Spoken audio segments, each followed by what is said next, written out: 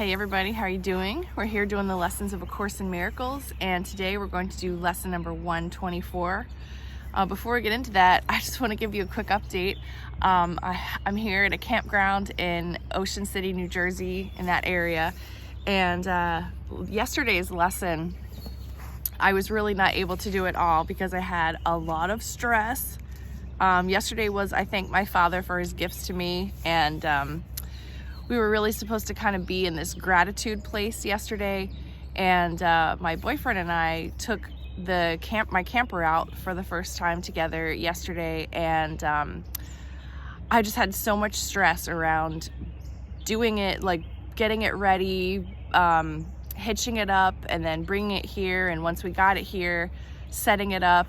Like I didn't have any tools from the course at all. Like I totally descended into this place of full ego. Things weren't working properly, and then I realized I had made mistakes when I was hooking it up once we got here, and I just found myself in this really depressed, angry, shitty state, and I didn't feel like I had any access to anything, and I just sat in it, and I'm just so surprised at myself about that. So today's lesson will hopefully be a little better. I did like barely a half-ass meditation once yesterday. It's interesting to see myself in these different ways. So it's just real life is happening. Anyway, let's do lesson 124 and see if I can't have a better day today. And I hope that you all are keeping with it, and if you're feeling any kind of these like life distractions and issues too, I mean it is what it is, and we're here together to really evolve and expand our consciousness, and I'm ready to forgive myself and try again today. All right, lesson 124. Let me remember I am one with God. Today we will again give thanks for our identity in God. Our home is safe, protection guaranteed in all we do, power and strength available to us in all our undertakings. We can fail in nothing. Everything we touch takes on a shining light that blesses and that heals. At one with God and with the universe, we go on our way rejoicing with the thought that God Himself goes everywhere with us, even camping in New Jersey. How holy are our minds! And everything we see reflects the holiness within the mind at one with God and with itself. How easily do errors disappear and death give place to everlasting life. Our shining footprints point the way to truth, for God is our companion as we walk the world a little while. And those who come to follow us will recognize the way because the light we carry stays behind, yet still remains with us as we walk on. What we receive is our eternal gift to those who follow after and to those who went before or stayed with us a while. And God, who loves us with equal love in which we were created, smiles on us and offers us the happiness we gave. Today, we will not doubt His love for us nor question His protection and His care. No meaningless anxieties can come between our faith and our awareness of His presence. We are one with Him today in recognition and remembrance. We feel Him in our hearts. Our minds contain His thoughts.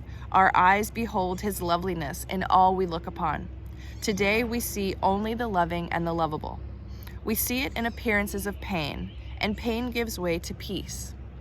We see it in the frantic, in the sad, in the distressed, the lonely and afraid, who are restored to the tranquility and peace of mind in which they were created. And we see it in the dying and the dead as well, restoring them to life. All this we see because we saw it first within ourselves.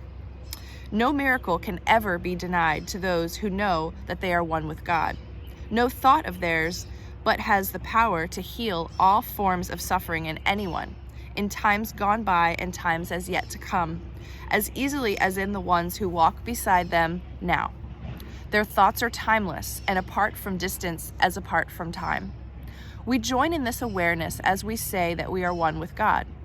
For in these words we say as well that we are saved and healed, that we can save and heal accordingly. We have accepted and we now would give. For we would keep the gifts our Father gave. Today we would experience ourselves at one with Him so that the world may share our recognition of reality. In our experience, the world is freed. As we deny our separation from our Father, it is healed along with us. Peace be to you today.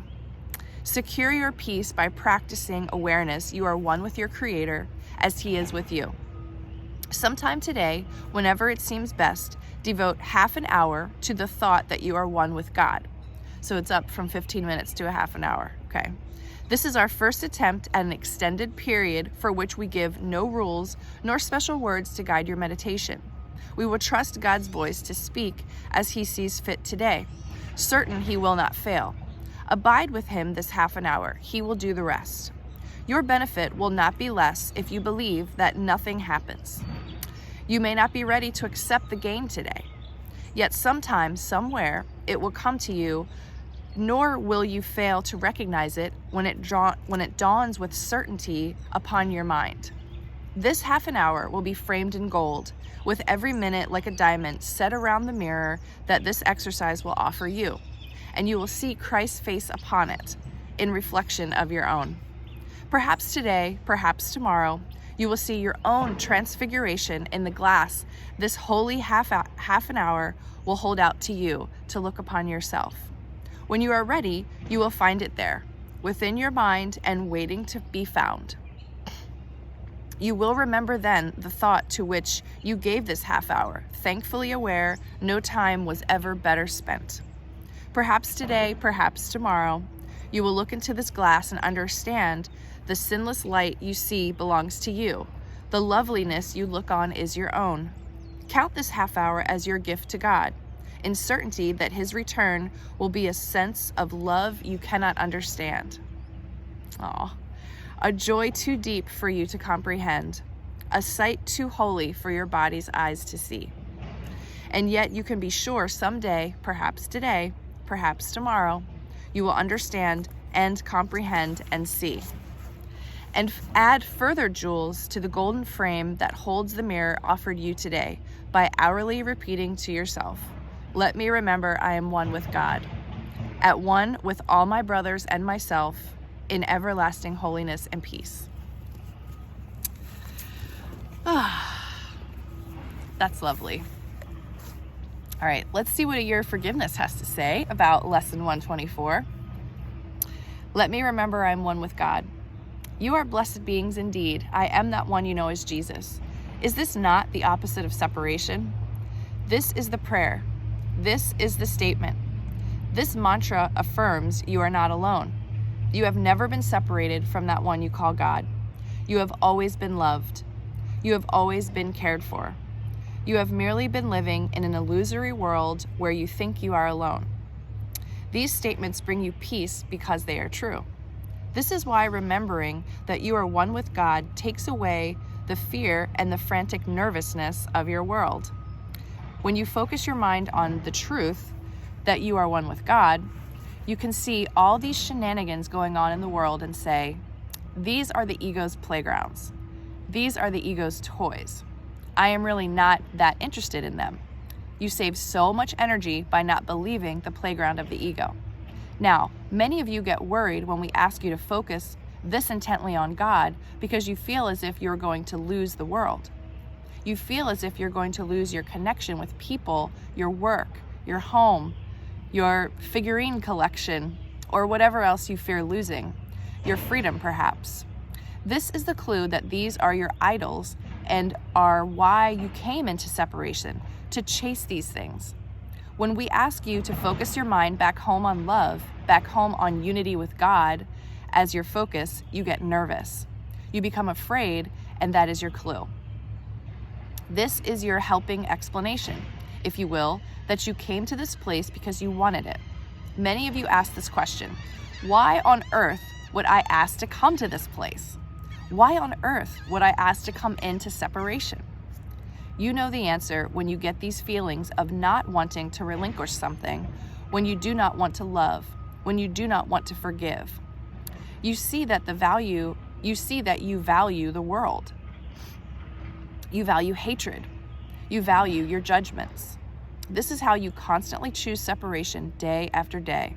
And those choices reinforce separation in your experience and prevent you from returning to your true home, which is in God in love. This does not judge you. This merely lets you see what your mind is up to. The face of innocence that you give yourself says, I am loving, I am kind. Why would I come to a place like this? Well, when you are asked to relinquish this place, when you are asked to love, when you are asked to forgive and do these lessons, you see another aspect of your mind hidden from you. I imagine that's what happened to me yesterday. The world will never ask you to turn to God. The world will never ask you to relinquish it. It calls to you, come here, come here, come to me. I will give you everything you want. So you wander into the world believing the siren song it sings to you.